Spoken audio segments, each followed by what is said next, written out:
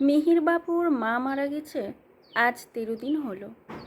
সকালেই বাসি শ্রাদ্ধের কাজও মিটেছে। বাড়ির মধ্যে এখনও বহিরাগতদের আনাগোনা।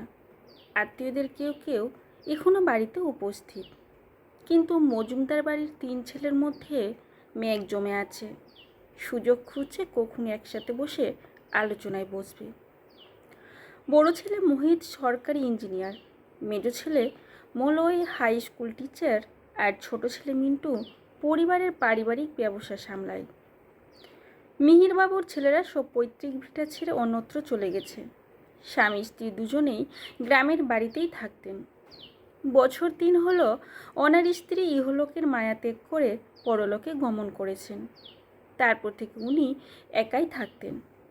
সঙ্গী বলতে সর্বক্ষণের চাকর হারু। তবে মাস 2 উনি বার্ধক্যজনিত কারণে একেবারে শয্যাশায়ী হয়েছিলেন। ছেলেরা মাঝে মধ্যেই কুমিরের ছা দেখার জন্য দেখে গেলেও ছেলের বউরা ফিরেও দেখেনি। ওনার সেবার দায়িত্ব নিয়েছিলেন ওনার একমাত্র মেয়ে মীরা। হ্যাঁ, ওই মীরাই। বেজাতের ছেলেকে বিয়ে করার জন্য যার মুখ দর্শন করতেন না মিহিরবাবু, মারা যাওয়ার সময় ওর হাতে সেবা আর জল খেয়েই স্বর্গে পাড়ি দিলেন। তখন প্রায় রাত 8টা। গলা খাঁকিয়ে মোহিত 2 ভাইয়ের উদ্দেশ্য করে বলল, তোরা একবার বাবার ঘরে আয় তো, কথা আছে। 2 ভাই ডাকের অপেক্ষায় ছিল। বড় দাদার আদেশ পেয়ে তৎক্ষণাৎ সেখানে উপস্থিত হলো। ওদের সম্মুখে মালা পরিহিত মিহির মজুমদারের সদা হাস্য ফটো ঝুলছে। শুরু করলো মোহিত, তোরা তো বুঝতে পারছিস কেন তোদের ডাকলাম। মাথা নাড়ায় মলয় আর মিন্টু।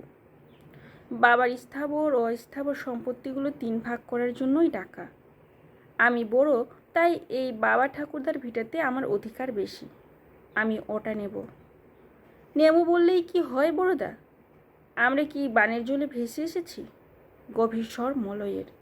ধুর, এই বুড়ো যে কেন ভাগাভাগি করে স্বর্গে গেল না, তাহলে এই ঝঞ্ঝাট থাকতো না। আফসোসের সুর মিন্টুর কণ্ঠে।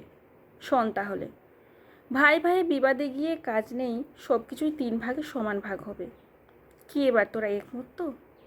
মোহিত জানতো ভাইরা এক কানা করি বেশি দেবে না, তাও ক্ষীণ আশা নিয়ে প্রস্তাব দিয়েছিল।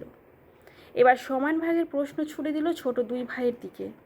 হ্যাঁ ঠিক আছে, কিন্তু মীরাকে কি কিছু দেওয়া হবে না দাদা?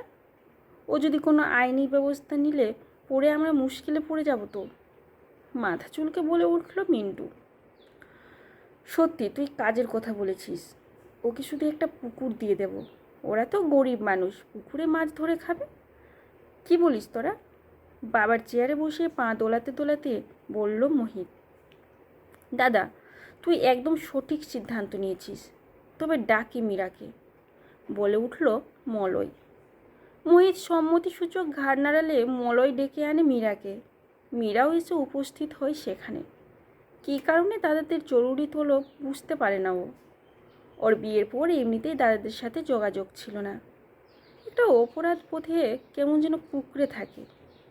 মীরার কানকে তালা ধরিয়ে ওর বড়দা বলে, আজ আমরা বাবার সম্পত্তি ভাগাভাগি করতে বসেছি। দেখ, আমাদেরও সংসার আছে, সেখানে অনেক খরচ, তাই খুব বেশি তোকে তো দিতে পারবো না। তাই তোকে একটা পুকুর লিখে দেওয়া হবে, মাছ ধরবি আর খাবি। তুই খুশি তো? আর কোনো বাড়তি কথা আর কানে ঢোকে না মীরার। ওর দাদারা এক একজন টাকার কুমির হয়ে এইভাবে কাঁদুনি গাইছে, তাও আবার আজকেই ভাগাভাগি করতে বসেছে।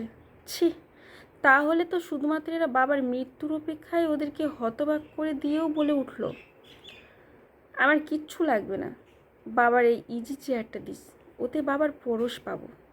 3 জোড়া চোখ অবাক বিস্ময়ে মীরার অভিমুখে তাকিয়ে আছে।